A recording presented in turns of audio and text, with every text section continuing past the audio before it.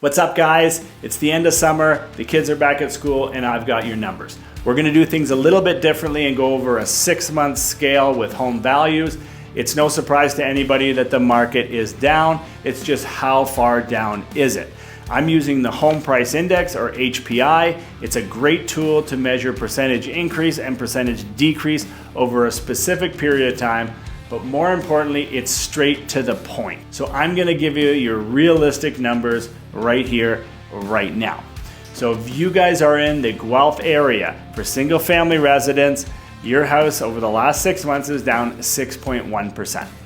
If you guys are in Rockwood and Guelph Aramasa, which includes Eden Mills, Everton, and the surrounding countryside for single family homes, your house price is down 6.9% over the last 6 months, okay? 6.9%. If you're in Center Wellington, it's 6.4%. We have noticed Elora performing a little bit better than the Fergus area. Regardless, they're still down, but Elora is sitting at about 4.5%. And we've got Georgetown that's about 5.4% down for single family residents. Milton is down 6.6%. And we've got Acton that's down 5.9% over the last 6 months. So if you guys have a house that in February, whatever you thought it was worth, it's down anywhere between 5.5% and 7%. Even if we take Guelph, if your house was worth $1 million in February of 2025, it's now worth about $940,000. So there's no doubt, there's no ifs, ands, or buts about it. The house prices are down. Yours wouldn't be singulared out. Your house is down too. It's just how much down it goes. Now keep in mind, there's always different price brackets. So for instance, in all these areas, townhouses have seen less of a drop because they're more affordable. They're at more affordable price points. The lower you go, the larger the buyer pool becomes. So in most of these areas, townhouses are sitting at about a 3% drop. If you guys look at detached homes, it's funny, the 2-story homes are outperforming the bungalows, which historically that was flopped. Bungalows used to sell like hotcakes. They're not doing that anymore.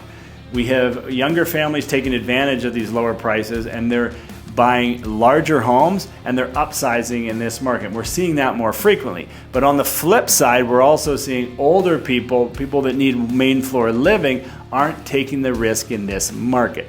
They're sitting tight, they want to see what happens with trade, they want to see what happens with the interest rates, and they're just not paying the money that we would historically see for those bungalows. So if you guys have a 2-story or a bungalow, there's going to be a difference between what your price is going to be and what your strategy is going to be.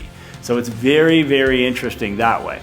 The second thing to consider too is the price bracket. So if you guys are in that 900 range and under, and if you have a detached, you can expect that that's going to sell under 30 days. I'm surprised in the Guelph area how quick those homes are selling. It's actually quite a busy market because we've got a few buyers looking, and there's some disappointment lately because houses are getting snatched up right from underneath you. So not all areas are really sitting and sitting and sitting.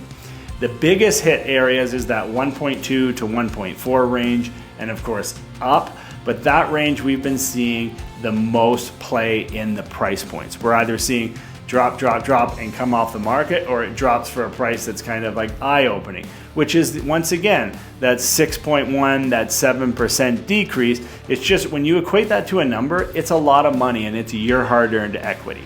So for some people out there, you bought 5 years ago, 20 years ago, 30 years ago, you guys are going to be okay. You've got a lot of equity in your properties. But for others, if you bought 1, 2, 3 years ago, you're going to really feel that decrease. So my advice to you, if you don't have to sell, just sit tight and wait for the market to rebound. But if you have to sell, make sure you price it right. Now, just to sum up, we've seen a decrease anywhere between 5.5 and 7% over the last 6 months, depending on where you live.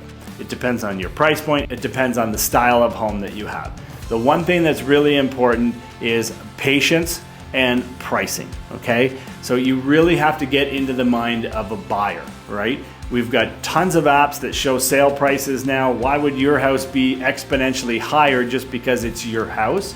So realistically, the pricing needs to fit with what's happening with the market. So if the market is dropping, right, 0.5% or 1% a month, and a house sold a month ago that's comparable to yours, it makes sense that yours is going to sell for less, right? It's easy to explain that to a seller when the market's going up. It's hard to explain that to a seller when the market's going down. So if something sold at $1 million and that was 2 months ago, you should be under that $1 million mark, not just listed at $1,025,000 and negotiate. You really should be under that mark. That way you're gonna get more buyers to the home quickly and you're gonna sell it quicker. So there's strategic pricing right now. And then on the flip side, if you're a buyer, there's opportunities to get some great pricing. You just have to be realistic within the market, and you can't come 30%, 40%, 50% less with every single offer. You're just gonna drain yourself and piss everybody off. So for anybody out there that wants an indication of what their house is worth in today's market, I would be happy to chat with you. Guys, I hope this was insightful for you. I hope this gave value. And if you have any questions, give me a call, give me a text. I can't wait to talk to you.